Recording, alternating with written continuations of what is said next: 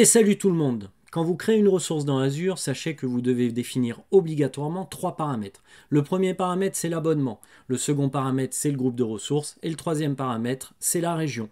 Et justement la région, c'est ce qu'on va voir ensemble aujourd'hui. Commençons par quelques chiffres. Azure, au moment où je vous parle, c'est plus de 285 000 km de fibre optique déployés à travers 140 pays, répartis dans plus de 65 régions du globe.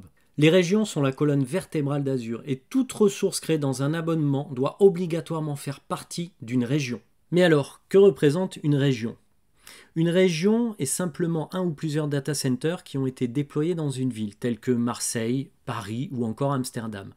Ces data centers localisés dans des villes ont, grâce à la fibre, des temps d'accès entre eux inférieurs à 2 millisecondes. Par exemple, la région France-Centre dans Azure représente les data centers déployés à Paris, et la région France-Sud, les data centers déployés à Marseille. Toute région Azure est accompagnée d'une autre région qu'on appelle la région paire ou jumelée.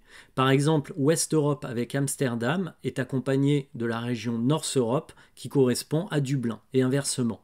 Cette région secondaire, cette région paire, cette région jumelée est utile en cas de rupture de la normalité dans la région primaire.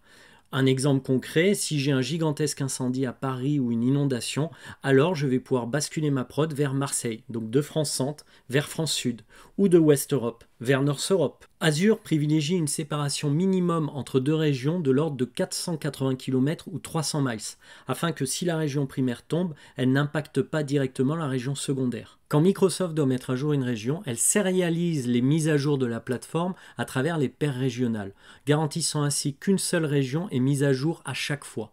Si une panne touche plusieurs régions, au moins l'une des régions de chaque paire est prioritaire pour la récupération. Une région est positionnée dans la même zone géographique que sa région jumelée pour répondre aux exigences liées à la résidence des données.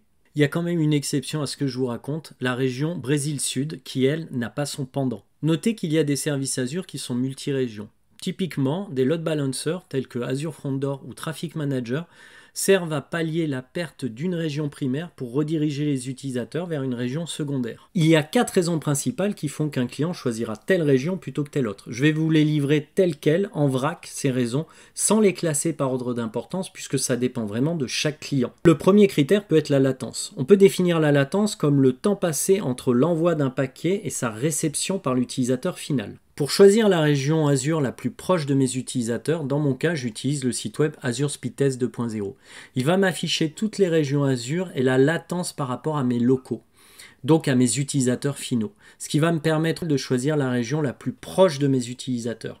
Et d'ailleurs, je vous mettrai le lien dans le descriptif de la vidéo du site web Azure Speedtest. Le deuxième critère, qui est selon moi très important, est le critère législatif.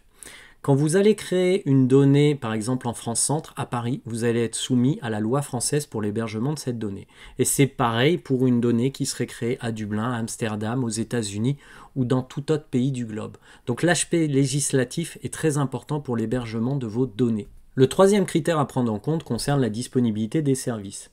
Tous les services ne sont pas disponibles dans toutes les régions Azure. Même si, vous le verrez, l'essentiel des services Azure sont quand même répartis équitablement sur toutes les régions. Moi, j'utilise un site qui va répertorier par région la liste de tous les services Azure. Comme ça vous permettra de savoir à tout moment si le service que vous voulez utiliser est bien disponible dans la région spécifique. Le dernier critère concerne le coût associé à une ressource Azure en fonction de la région que vous avez choisie. Par exemple, quand vous allez créer une machine virtuelle en France Centre, ce coût associé à cette machine virtuelle ne sera pas forcément le même que le coût associé à la même machine virtuelle en West Europe ou en North Europe. Ici, on peut voir que j'ai choisi la région North Europe pour une machine Ubuntu qui a une taille de D2V3, c'est-à-dire 2 processeurs virtuels et 8 Go de RAM. Et le coût associé pour cette VM serait de 69 € à peu près. Si maintenant je choisis une autre région, par exemple France Centre, pour la même VM, pour le même système d'exploitation et pour le même nombre de processeurs virtuels et 8 Go de RAM, le coût passe à 73 €. Moralité, dans notre cas, le coût de cette VM est plus cher en France Centre qu'en North Europe.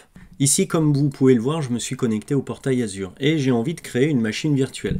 Dans ce cadre-là, je peux choisir dans le champ Région n'importe quelle région du globe proposée par mon abonnement Azure. Par exemple, Europe du Nord ou Europe occidentale qui correspond à Ouest Europe.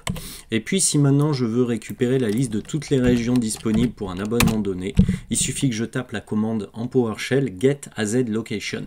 Pour terminer, sachez que quand vous créez un abonnement Azure, vous avez accès à toutes les régions du globe proposées par Microsoft, à l'exception a priori de deux, Azure Chine et Azure Gouv.